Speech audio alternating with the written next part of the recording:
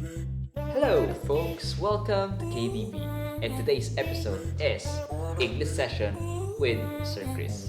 Without any further ado, let's get started.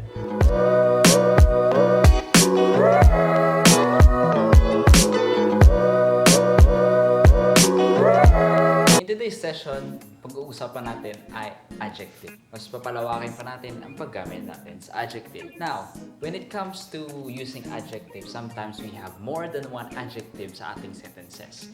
At minsan, gulo-gulo ang paggamit natin ito dahil sa sobrang daming adjective, hindi natin alam kung ano ang uunahin to describe a particular noun. Now, in this English session, we will talk about the hierarchy of adjective.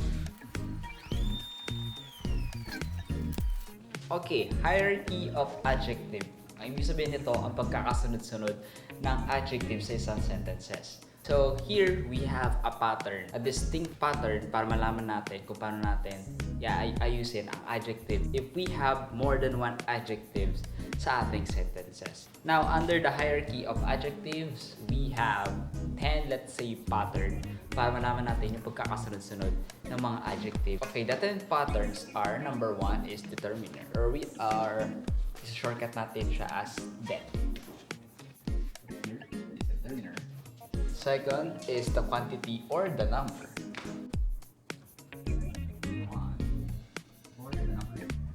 The third one is quality, or sabihin natin yung opinion ayon sa ating nakikita.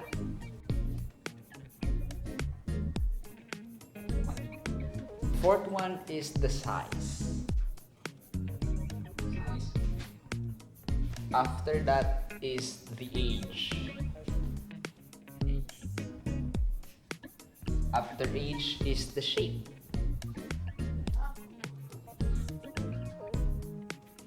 After the shape is the color.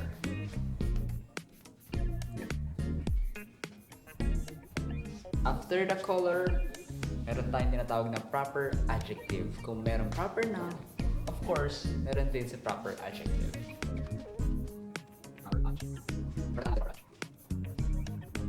Ang pang-siyam natin or pang-9 is what we call qualifier. And lastly, of course, the noun, kung ano yung describe the adjective. Okay, let's say our noun is car.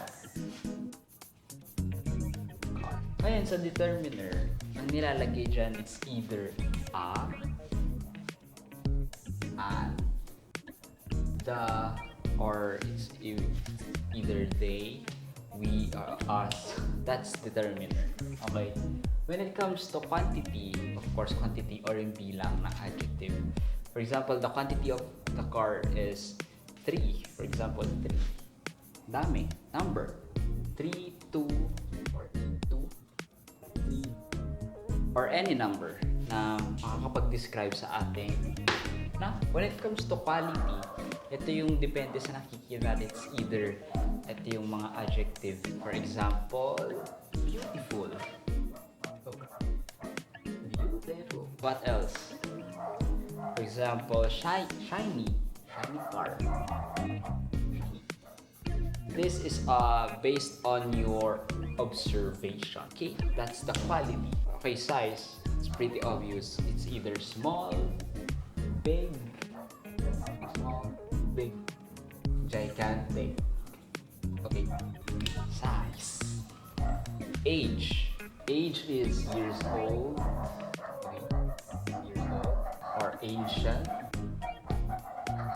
New. This age has something to do with time. Okay, kaya nga siya age. Ngayon, shape. Pretty obvious. Circular. Regarding to shape, of course, circular. Rectangular or triangular. Anything to do with shape. Pero meron ba triangular na car? Siyempre wala naman. Color.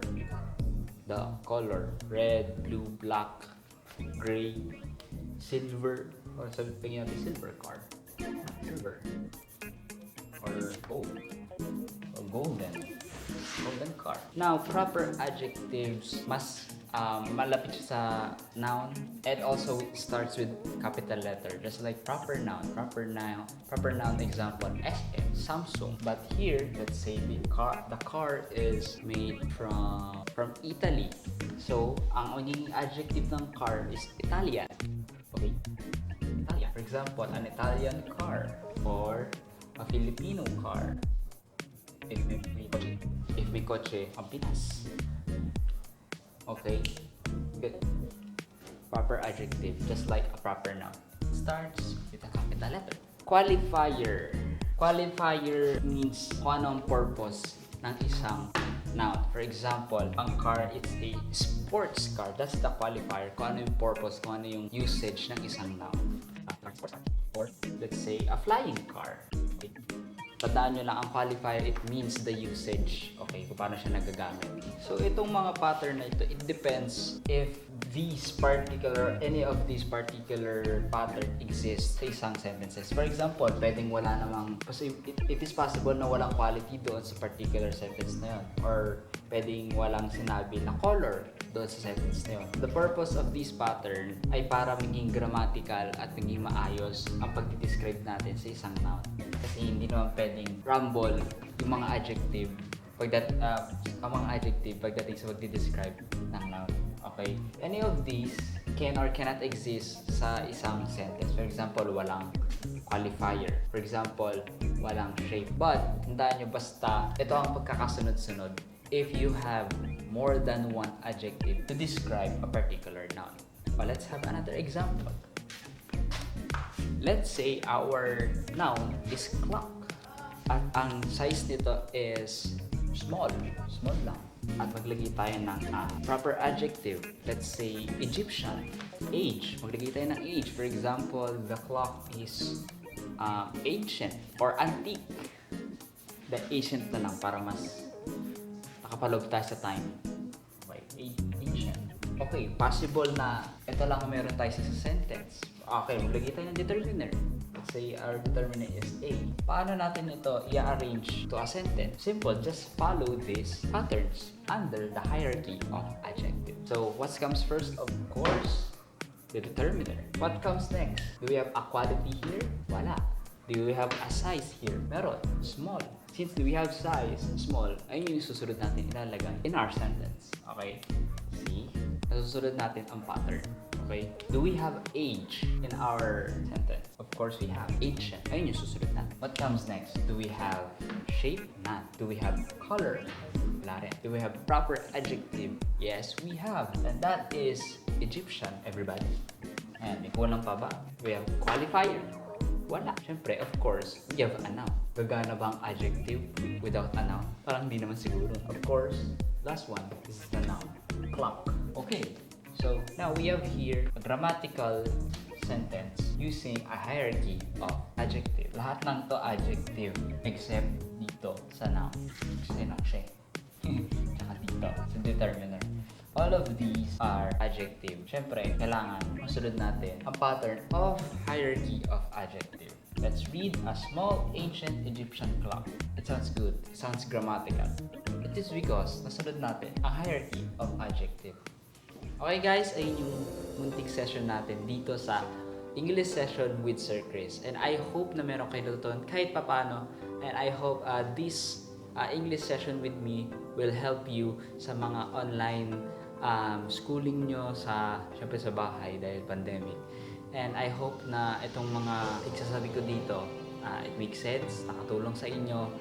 At if you have any question, just comment down below kung mayroon kayong hindi naintindihan sa discussion natin. And suggest na rin kayo ng mga English lessons or grammars na kung saan nalilito kayo at tatry natin talakayin dito in English session with Sir Chris. If you like this video, please give this a thumbs up at i-share nyo rin to para alam nyo, magtulungan tayong matuto dito ngayon sa mga nangyayari.